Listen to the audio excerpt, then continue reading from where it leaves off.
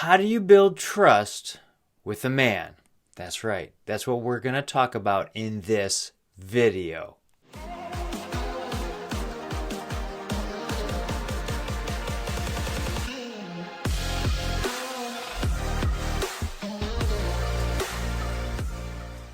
So how do you build trust with a man? Most people will say that men really don't have feelings, but we do, right? We feel hungry. We feel sad. We feel angry often. We do have feelings. So we have to be supported and be able to build trust with us. Takes a little bit of time.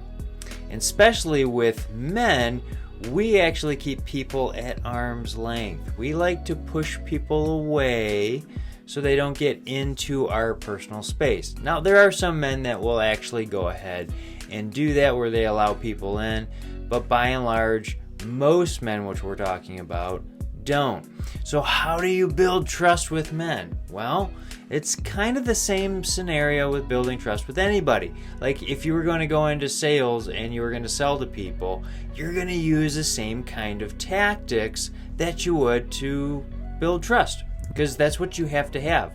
Without trust, you have no influence. With no influence, you sell nothing. So, how do you build trust with men? Well, it's simple. And I talk about that in the trust equation where you have the three variables on top, which is consistency, you're also reliable, and you're vulnerable. Yeah, that's right.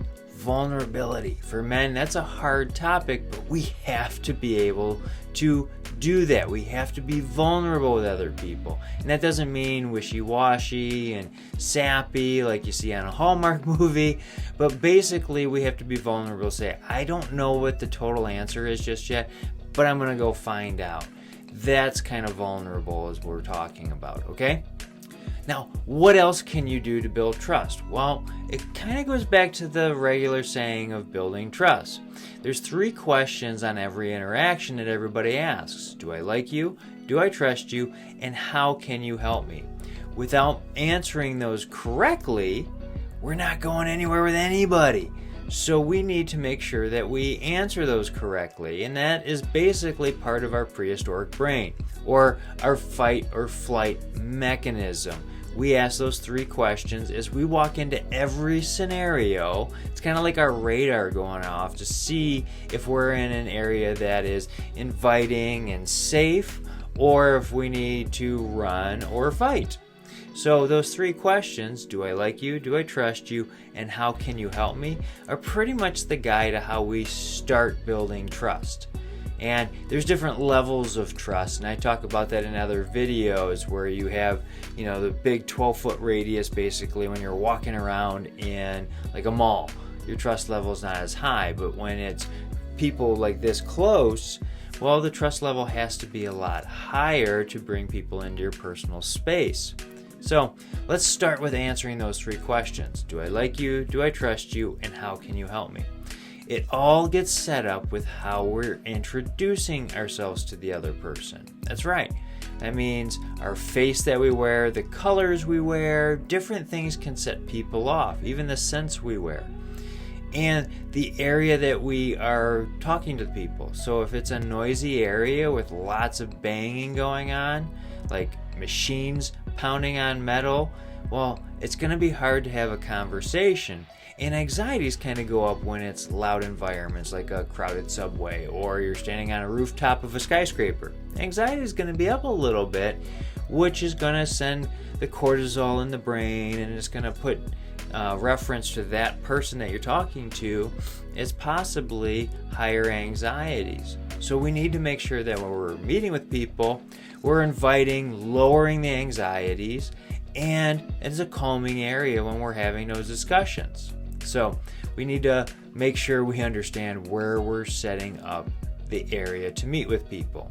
And then we can start answering some questions, which is basically by us asking questions to people. The more we know about people, the more we can help them. And everybody's got a situation, issues, and ramifications, so we should be understanding what those are so we can help. Yeah, that's right.